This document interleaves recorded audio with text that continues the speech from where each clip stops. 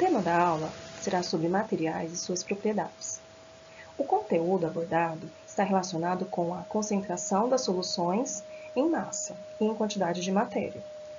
A habilidade que iremos desenvolver está primeiramente relacionada ao reconhecimento das unidades de concentração, que podem ser expressas em gramas por litro e em mol por litro.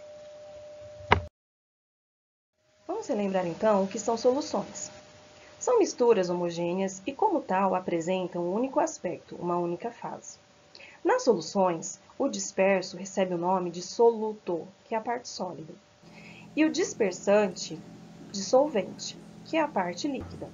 Assim, numa mistura de água e sal, por exemplo, o sal é o soluto e a água é o solvente. Então, aqui nós temos um experimento simples, utilizando como laboratório a cozinha, onde preparamos diariamente diversas soluções. No caso, uma solução de água e sal, sendo uma solução insaturada, porque não chegou no seu limite, então ela não é uma solução saturada, então podemos colocar um pouquinho mais de sal. Quando passa a quantidade de sal, nós vamos ter uma solução supersaturada, que fala que é com corpo de fundo, que tem um aspecto heterogêneo, mas não é uma mistura heterogênea. Então, nesse experimento, utilizamos os reagentes, os alimentos que temos na cozinha, e as vidrarias, os materiais, são os copos, os recipientes que temos disponíveis. Vamos estudar um pouco mais as soluções líquidas com solutos sólidos. O processo de dissolução ocorre porque as moléculas do solvente bombardeiam as entidades periféricas do soluto, arrancando-as e mantendo-as dispersas, devido principalmente ao fenômeno chamado de solvatação. Ou seja, a entidade arrancada ela vai ficar rodeada de moléculas do solvente.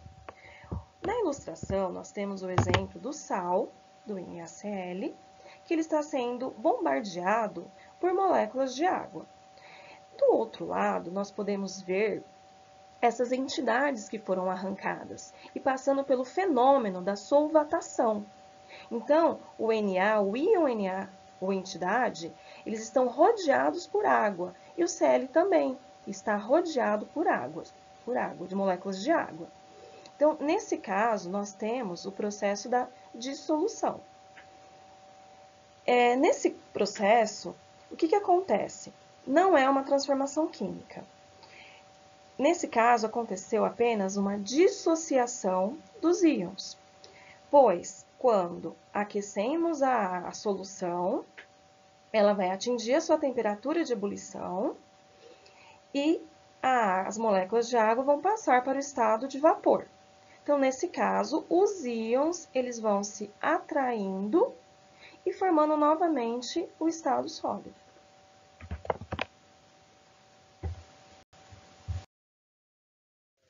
Você já reparou nos rótulos dos produtos que consome? Veja a informação que aparece na embalagem de leite longa-vida. Note que ela mostra as quantidades dos constituintes em gramas, que é o G, ou miligramas, que é o Mg, no caso do sódio, cálcio, em 200 ml, um copo do produto. Então, a gente tem diversas maneiras de expressar as quantidades dos constituintes numa certa porção de produto. Numa solução, as diferentes relações entre as quantidades de soluto, de solvente e de solução são chamadas concentrações. A gente pode expressar, por exemplo, massa em gramas, quilogramas, etc.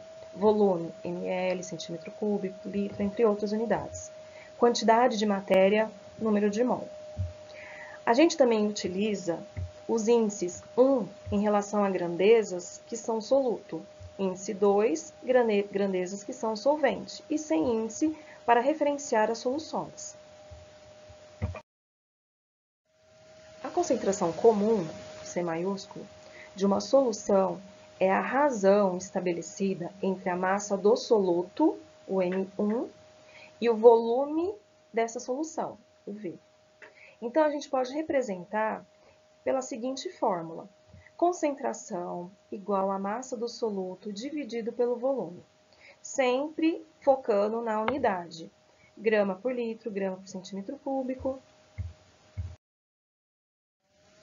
Se a concentração comum de uma solução é de 300 gramas por litro, isso significa que cada 1 litro da solução contém 300 gramas de soluto. Aqui foi dado um exemplo para poder verificar a proporção. Então, na primeira situação, temos 150 gramas em 0,5 litros, dando uma concentração final de 300 gramas por litro. Na segunda situação, temos uma massa de soluto de 300 gramas em 1 litro, dando uma concentração final de 300 gramas por litro. E na terceira situação, temos uma massa de soluto de 600 gramas em 2 litros de solução, dando uma concentração final de 300 gramas por litro. Lembre-se, analisar e identificar as unidades de medidas, compreender as relações entre as grandezas que foram estudadas,